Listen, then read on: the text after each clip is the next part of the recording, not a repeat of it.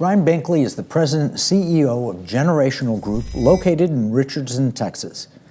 With over 300 employees, Generational focuses on business consultancy, M&A, and wealth advisory for business owners throughout North America.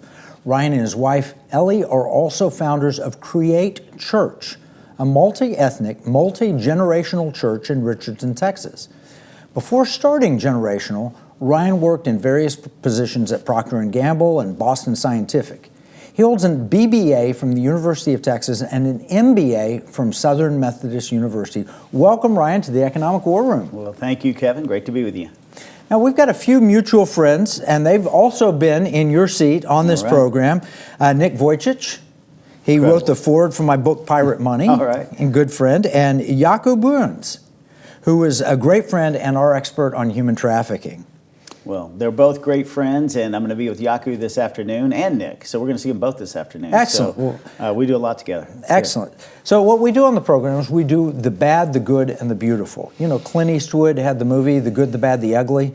I don't like to end with ugly, so let's start with the bad, then we'll move to the good, and then we'll ultimately talk about the beautiful.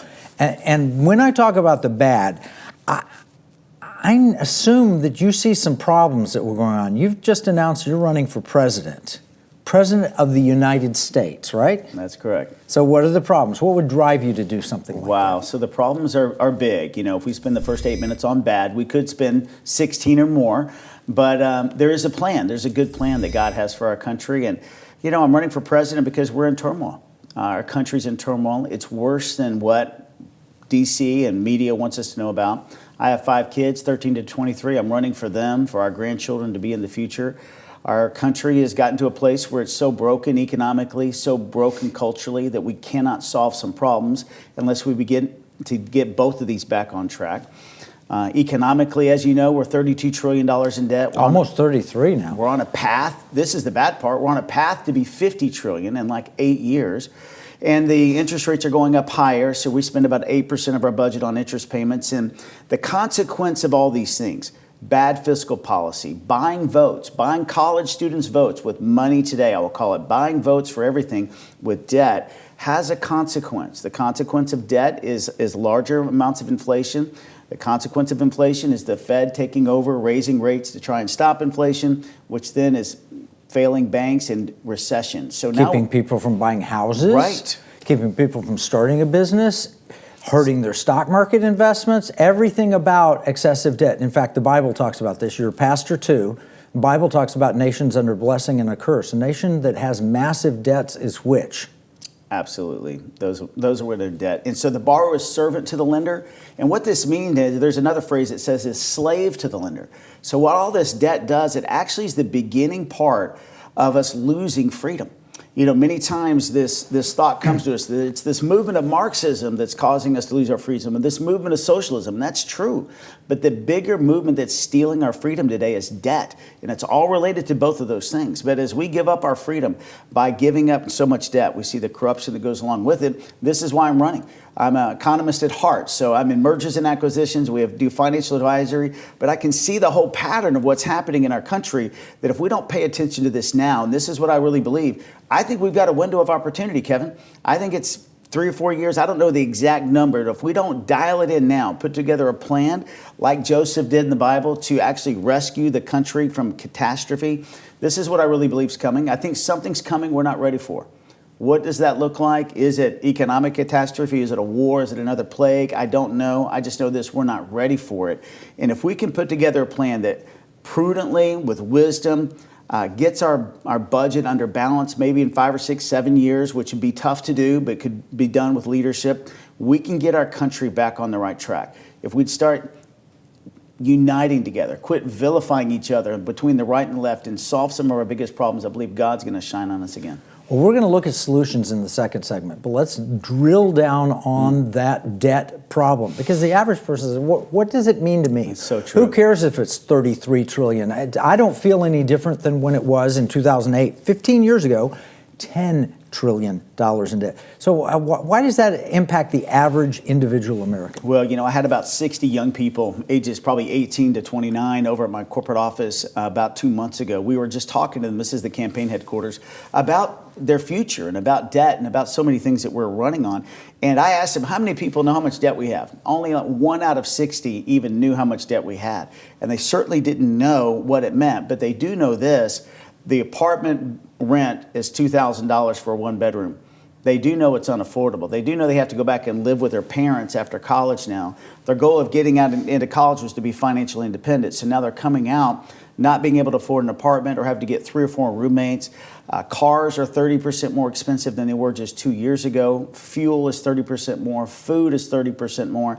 So only if you have to eat, sleep, or drive somewhere is this really impacting your life. And so they're listening because they don't understand debt. And who does? If you tried to stack up $1 trillion, I think you'd go to the moon or far beyond that. It's almost inconceivable how much $1 trillion is, and now we're 32 trillion.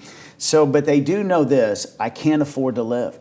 My income doesn't relate to how much things cost today. I saw a study about a week ago that showed the impact of inflation over the last 30 years. So I got out of college 32 years ago, and this is what it is. Houses are up 500% more. Cars are up 400% more. Wages, 186% more.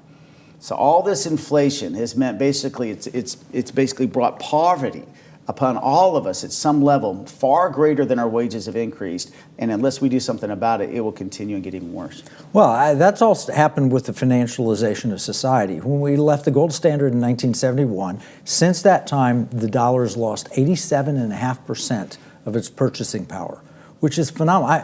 I was 10 years old in 1971. I could buy a comic book for 15 cents. Right. I could buy a cheeseburger, chocolate shake, and French fries for $1. I could buy a Slurpee for $0.25 and get change. That was my perfect summer afternoon, was to have all of those things, and I can earn that in 1 hour's work, cutting the lawn at my parents' house.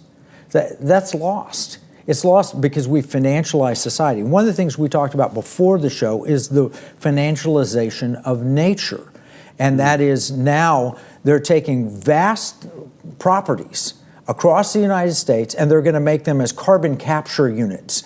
And so they're being bought with taxpayer money, and then we're paying rents to the elites. You were talking about pipelines. Explain that. Well, so this is all invading our freedom every day. We have a problem, that everybody tries to solve with different ways. But we have this thing called the Constitution that protects us if we hold on to it. Well, we're going to need to take a break. When we come back, let's talk that solution of the United States Constitution and how it can protect private property rights. You got it. In uncertain times, finding stability in the economy can feel challenging. But what if you could navigate economic volatility while honoring your biblical values? At Timothy Plan, they believe this balance is possible. Timothy Plan filters its volatility-weighted ETFs and family of mutual funds through a biblical pro-life and pro-family lens, so you can see competitive returns and moral responsibility, helping you to weather the economic storms. With Timothy Plan, align your investments with your values while adapting to our ever-changing culture. Since 1994, Timothy Plan has been recognized leader in biblically responsible investing. Timothy Plan, your bridge between faith, finances, and the future. Visit timothyplan.com or call 1-800-TIM-PLAN or 1-800-846-7526. Investing includes risk, including possible loss of principal. Before investing, carefully consider a fund's investment objectives, risks, charges, and expenses contained in the prospectus available at timothyplan.com. Here's a $10 bill. It's got the picture of Alexander Hamilton on the front of it. It's kind of sad. When I was 10 years old, everything that I could buy for $1 now costs about $10. That's the cost of inflation. It's just paper. It's not backed by anything. You can't exchange it for gold and silver. You used to, but you can't do that anymore. And that's unfortunate. Pirates wouldn't accept this. Pirates, they wanted gold and silver. Patriots, the founders of this nation, also wanted gold and silver coin. In fact, they put a provision in the Constitution, 17 words, that said states could only make gold and silver coins tender within the states. That's why I wrote this new book, Pirate Money, Discovering the Founder's Hidden Plan for Economic Justice and Defeating the Great Reset. It will explain exactly the history of money and exactly why gold and silver coins can be made modern with new technology and a useful monetary system. PirateMoneyBook.com. Before the break, we were talking about the financialization of nature, and we were talking about these carbon pipelines that are going across land and how it's messing over the farmers, how it's a great scam that benefits the elites. How does that work? Well, many people don't understand this, but what's happening right now is that the big private companies, in fact, there's major private organizations, and that's the key thing to understand, they're private, not public, are basically investing in these large pipelines to capture CO2 emissions that come from ethanol or whatever, which is actually a benefit to plants that we actually... CO2 is good for plants, we actually right. need that to actually have a plant grow. And anyway, they're wanting to capture it and actually put it in vaults up there in North Dakota somewhere. So you've got now thousands of miles of pipeline already there. There's a plan over the next 20 years to have 60,000 plus miles of pipeline through the heartland of America, not just through Iowa, but Nebraska, South Dakota, North Dakota, Illinois, all these great heartland states that have farms, grow crops in. They want to go underground. And what they're doing is they're trying to use eminent domain to go to these farmers and say, listen, I need access to your property. I want a survey on your property. I want to actually build a pipeline and put it underneath your property. But here's the problem. It's for private use. There is no public use. So this gets in and infringes upon our Fifth Amendment protections that, we have the right to due process and proper payment. And that's if it's for public use. So there's a challenge there even when it's public use. Nobody likes to have some utility company coming on there even if you don't want it. But if it's for public use, they have an argument. This is for private use. There are private companies. BlackRock's invested in these. Saudi Arabia's invested. The Saudi investment funds invested in these as well. So this is a problem that we have, and we're seeing farmers right now getting their rights invaded. So we're standing up for them. In fact, I'm out there campaigning in Iowa. I've been to 64 counties. I've spoken with hundreds of farmers. I've met with one person that was in favor of these pipelines, and they actually worked for an ethanol plant. We're just standing with them, and we're telling them that we're going to be a voice for you, because this is the beginning of the end. When you start messing with the Constitution, when you start taking away our rights at property rights, the basic level, then where does it end up? And we're seeing these be infringed upon all the time. I'll tell you where it ends up. It ends up where you own nothing and you're happy, according to the World Economic Forum. Then we become renters of everything from the elites. And the elites are profiting from these pipelines.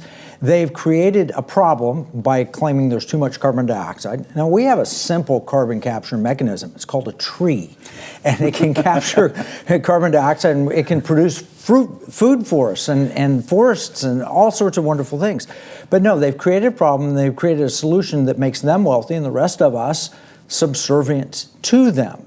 That's the problem. And they're disregarding. How do you have property rights when nobody has property? Well, and this is the big problem, too, is that it's all funded by your and my tax money. So all the benefit really comes down through these tax incentives that Joe Biden put together in his Inflation Reduction Act, which basically goes from $50 to $85 for every metric ton of CO2 they capture.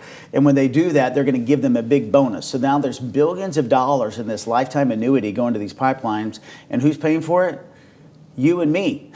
So here's a question. We're paying for them to have this. We're paying for it. Is government the problem, or is government the answer, or is it both? I think the answer is found in the first three words of our Constitution. We, the people. This is a moment now where we have to recognize somebody keeps infringing on my rights.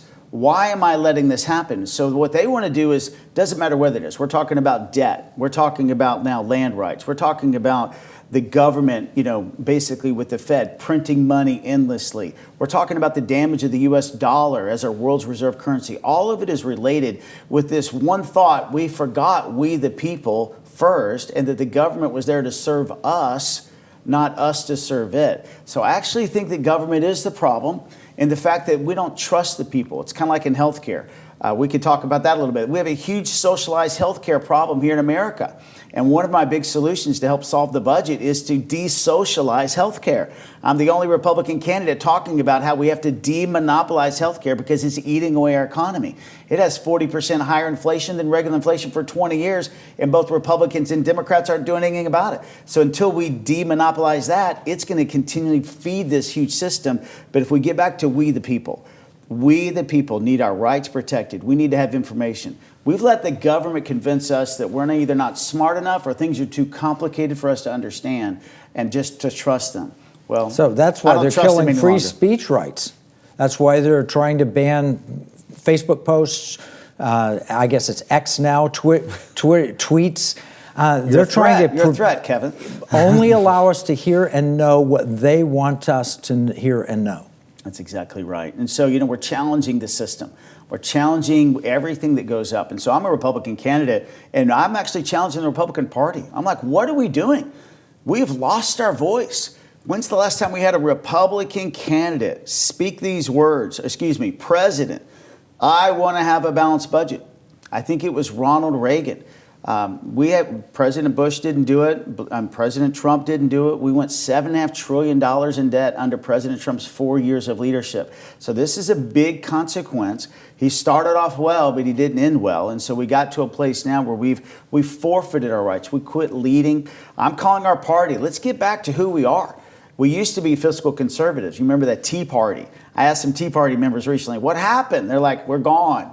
This thought of us capturing back, we've lost our voice. We have to get it back. Well, you know what? When you said that, actually, President Reagan presided over an unbalanced budget, but the economic growth that he put in place, combined with Newt Gingrich and the restraint on spending in Congress, allowed President Clinton to give us, a 2-minute balanced budget. Yes, he did. And then we got into the war on terror. Well, this is what I like, though, about Reagan. You're right. He didn't have a balanced budget, but he did push for it. He had other restraints going on. He defeated Axis powers. We're in a huge time of defense spending that was increasing a large scale. But it was a moment of leading, though, at least communicating. What is the heart of our party? Who are we? We haven't even had people think about that. We've just been spending money like it's monopoly money we're throwing on the table. And we have to remind America it's not. It is a fiat currency, but we can get it back under control. But it's going to take stewardship. Yeah, no, what it's like a young family given an unlimited credit card until they put a limit on it. And then they're over the limit, and then they're in deep trouble. And that's where we are almost as a nation. All right, so you've listed... We are already there. We are there. You've listed a lot of things on your website. Lead with integrity, free the economy, solve immigration, achieve world-class education, trust in God again, restore unity. There are a lot of nuances in there. In our third segment, I want to get down and drill down to how do you practically free the economy? How do you solve immigration and so forth? So we'll need to take another break. When we come back, let's get into what the world should look like.